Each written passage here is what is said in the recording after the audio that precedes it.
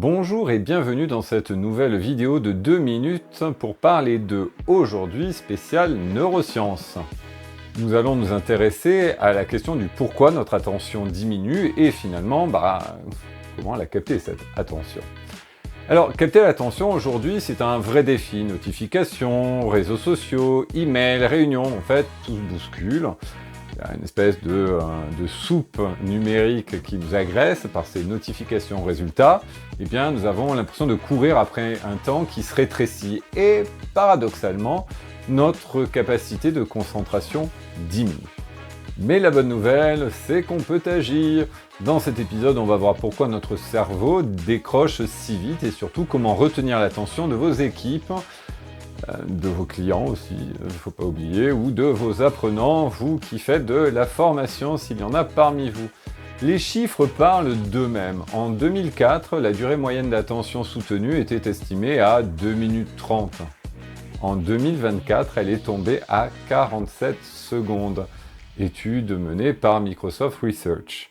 Selon Harvard Business Review, d'ailleurs, 70% des collaborateurs reconnaissent consulter leur smartphone pendant une réunion, même lorsqu'ils sont censés être attentifs. Allez, je vous vois venir. Bien sûr que vous l'avez fait, bande de mythos. Une étude de Stanford a montré également que la multitâche réduit la performance cognitive de 40%. À force en fait de passer d'une tâche à l'autre, on épuise notre cerveau.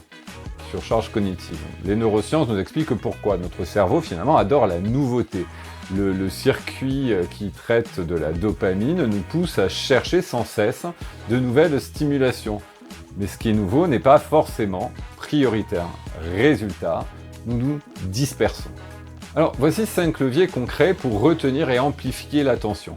Premièrement, segmenter les contenus pour éviter la saturation. Notre cerveau peut rester concentré 10 à 12 minutes avant de décrocher, grosso modo. Concrètement, comment cela se passe? Découpez vos formations, réunions ou présentations en séquences courtes et rythmées. Alternez entre théorie, exemple, anecdote et mise en pratique. Utilisez la règle, grosso modo, des 3 messages clés maximum par intervention. Deuxième clé, créer des ruptures de rythme pour relancer l'énergie. Donc, quand le cerveau s'habitue, il décroche. Et cela veut dire qu'introduire des changements subtils relance son attention. Donc, concrètement, comment cela se manifeste? Changer de ton, de posture, de support visuel, poser une question directe pour réimpliquer votre audience. Par exemple, tiens, et vous, qu'en pensez-vous? Peu importe. Utilisez aussi des micro-interactions, par exemple toutes les 10 minutes, un quiz express, un sondage rapide, un vote collectif, que sais-je. Troisième levier, stimuler l'émotion pour ancrer la mémorisation. L'attention, en fait, suit l'émotion. Quand on ressent quelque chose, on retient mieux. Concrètement, lorsque vous racontez une histoire, vous activez l'insula. Cette partie va permettre l'empathie et générer donc une émotion. Donc en termes d'histoire, vous pouvez raconter un cas client, une anecdote, une situation vécue. Vous pouvez également mettre en avant des conséquences concrètes, du type « voici ce qui arrive si on fait cela », par exemple. Créer des moments de surprise, un chiffre inattendu, un visuel marquant, une démonstration choc. En fait, selon Antonio Damasio, nous retenons mieux ce qui nous touche. Alors, je vais vous donner une petite astuce également qui répond à ce levier-là, à savoir la composante d'Aristote, ethos, pathos, logos.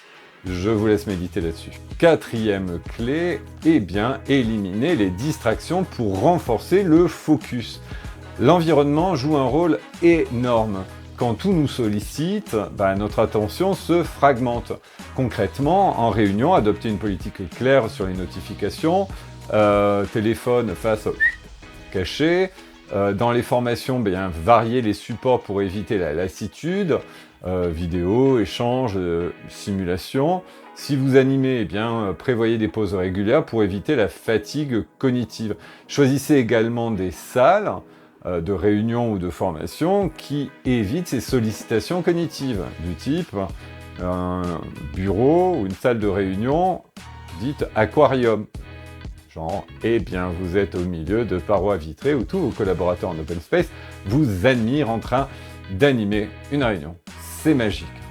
5e et dernière astuce pour aujourd'hui, utilisez la règle qu'on appelle les 2 minutes d'engagement. Les 2 premières minutes déterminent si votre audience vous suit ou décroche.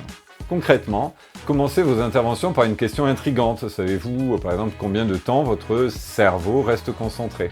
Allez, ça c'est parce qu'on parle de ça aujourd'hui, mais montrez immédiatement la valeur de ce que vous allez partager.